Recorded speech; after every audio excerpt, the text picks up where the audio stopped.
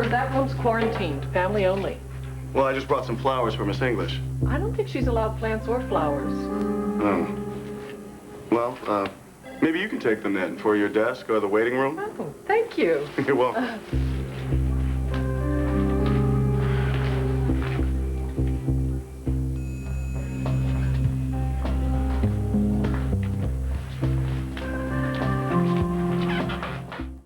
That tempo? No, it's Dimitri's wastebasket. Check it out. A receipt from the Valley Inn? It's a few days ago. Why would he need a room at the Valley Inn? Exactly. Oh, come on, Edmund. You don't think he stashed Brooke in the middle of Pine Valley? No, I think we're going to find the pilot and his wife ordering room service.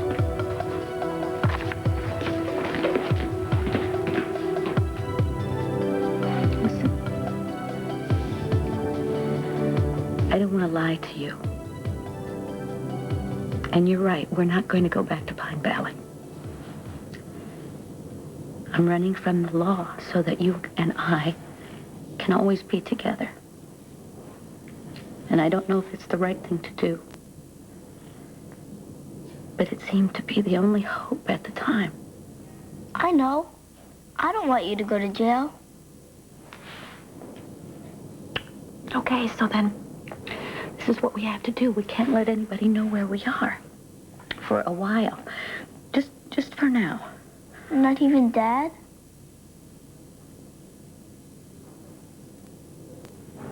Will I ever see him again?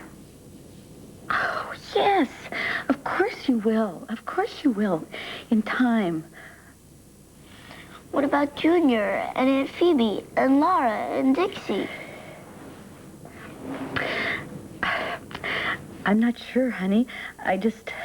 You know what I think? I think when things settle down in Pine Valley, we'll figure something out. We'll arrange for visits, okay?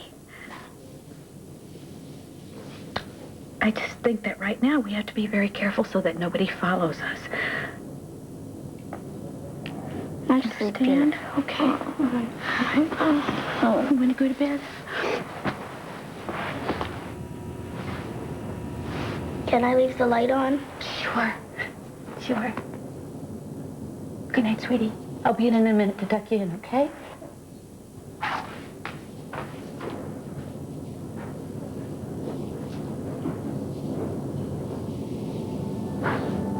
What am I doing?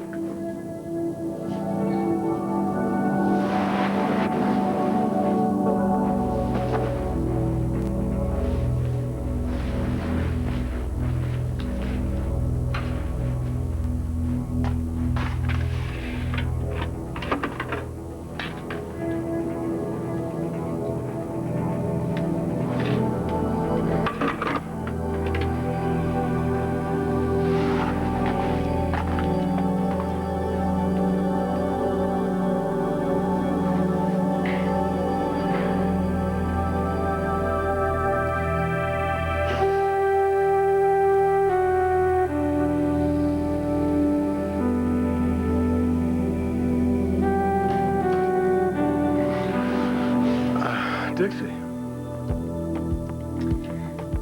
You know, we don't know each other very well, Dimitri. But I promise you, we'll spend an eternity together, however long it takes, till you tell me where Brooke and Jamie are.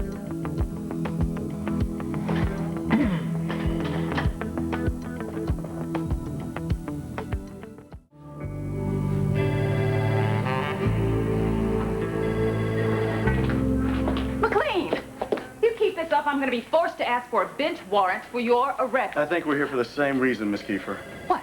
To violate my client's rights? I don't think so. You walk through that door and we have a mistrial.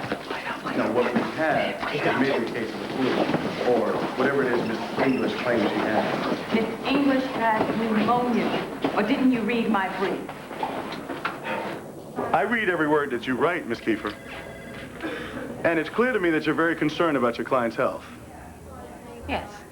The trial will resume as soon as my client is up and about.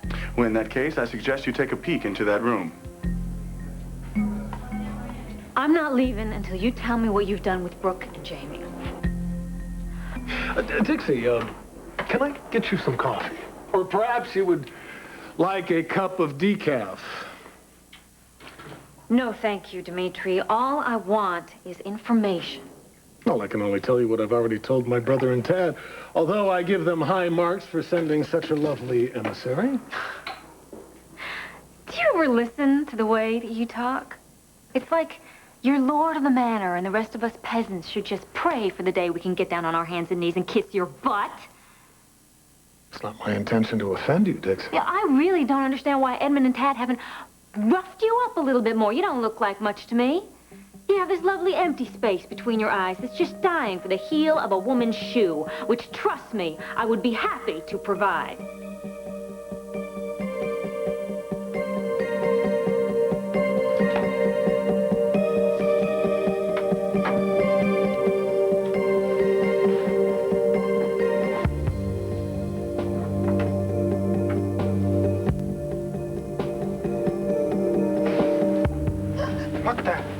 Cadwallader? How did they know you were there? Shut up, Ed. Nice. You must be the long-suffering spouse. Look, I don't know who you are.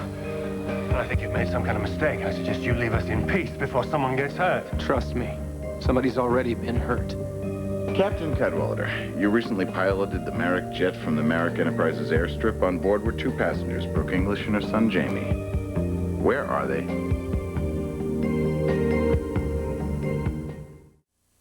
We're looking for Brooke English and her son. You have 1 minute to leave our room. Both of you. Or what? Or I'll call the police and have you charged with breaking and entering. Ask for Keith McLean, Assistant DA. I'm sure he'll be very interested. You see, aiding and abetting flight from prosecution is a felony, and since you clearly knew that Brooke English was on trial for murder when you flew her out of the country... Put down the phone, you fool. The child on that plane, the boy traveling with Miss English was my son. I want him back. I'm sure the captain understands the situation. Yes, I understand. You're desperate, and you're going to stay desperate. Because I'm not telling you a thing. Dixie, I understand Tad's position.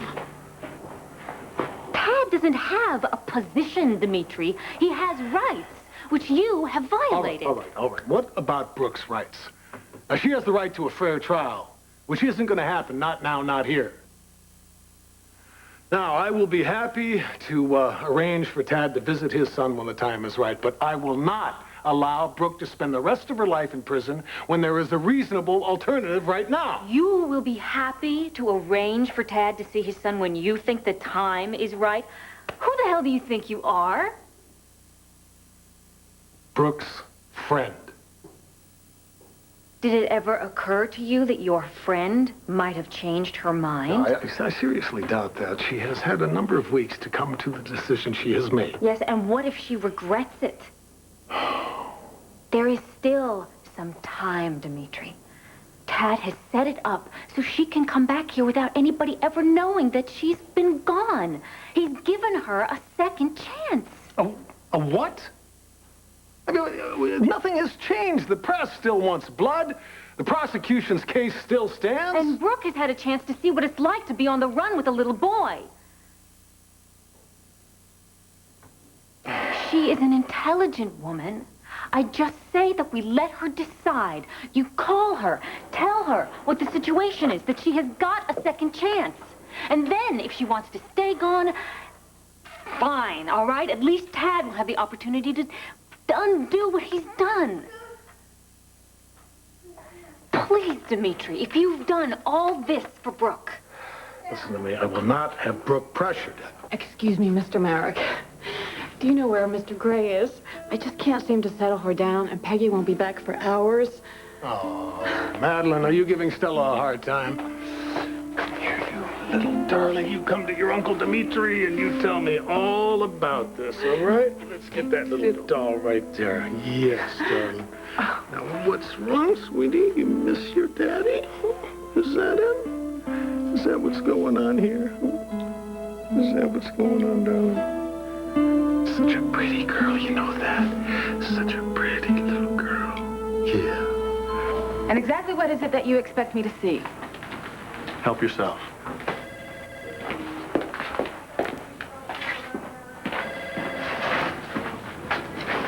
All I see is a very sick woman who does not need the assistant district attorney skulking around her room again.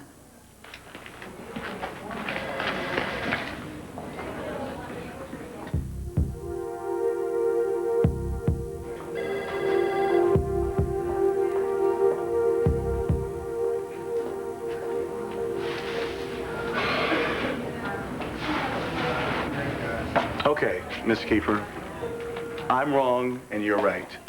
I am the ADA on this case, but I'm also just me. And if there's someone that's in the hospital that's sick and hurting and I know them, I bring flowers. But the nurse said that she couldn't have them, so I left them at the information desk. Now, if that makes me persona non grata, then that's just the way it's going to have to be. No, I'm sorry. It's just that I'm very, very protective of Brooke. More so than any other client. Everything that she's been through and now this. Yes, she has been through a lot. And I'm glad that she has you representing her. And not just because you're fun to fight with. Well, I hope the jury agrees with you. Oh, I better get going. McLean, Yes. you mentioned having dinner sometime.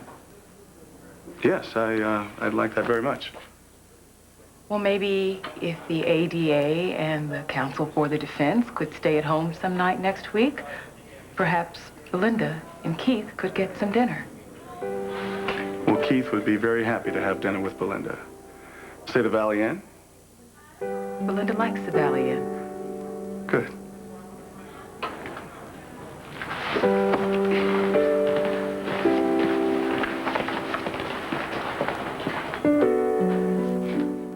Well, if I'm right, Joe Martin and both of his sons will be bunking together for a long time at the state's expense.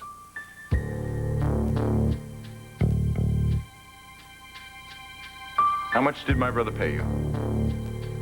Your brother? I'm always having to clean up after him. Other way round in our family. I don't see you complaining about the money. I'll double it. Tell the man what he wants to know. It's not that simple. What did he do? Threaten you? Blackmail you? Force you out of business? And he could do it, too.